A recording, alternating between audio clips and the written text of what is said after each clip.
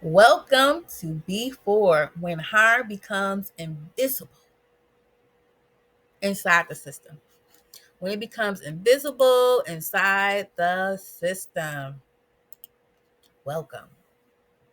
So in B4, we're addressing one of the most dangerous outcomes of systemic failure. And that's invisible harm. That's invisible harm, right? When systems fail repeatedly and repeatedly and repeatedly and repeatedly and quietly, right? Harm doesn't stop happening, right? It never stops happening. It just becomes harder to see, harder to recognize, right? It becomes harder to see. Reports become what? Risky. Complaints feel, I don't know, futile. Whistleblowers are discouraged, they're isolated, and they're what? They're dismissed. And over time, people learn that speaking up costs more than just staying silent. hmm It costs more than staying silent. And this is how harm disappears from what? The official records, even when it continues in real life, right? It doesn't appear in official records. And institutions, right? They often measure success by what? The absence of documented problems. Not by the absence of the harm, but the absence of documented problems. So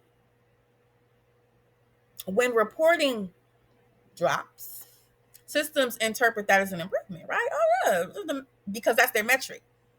So it is an improvement in their metric, but it's the wrong metric. Silence does not equal safety, right? Silence does not equal safety. And what actually happens is the burden of harm shifts from the system onto the individual. It shifts from them onto the individual. The system stays clean. The people inside of it absorb the damage. This is when long-term consequences begin to really form, not just legal consequences, but psychological, physical, and social ones, right? Harm becomes invisible because it's being carried internally, not externally. It's being carried internally. And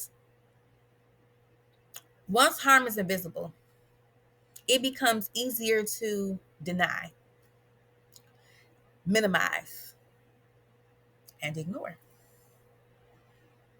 B4 exists to show the absence of evidence is not evidence of absence, especially in systems designed to protect themselves.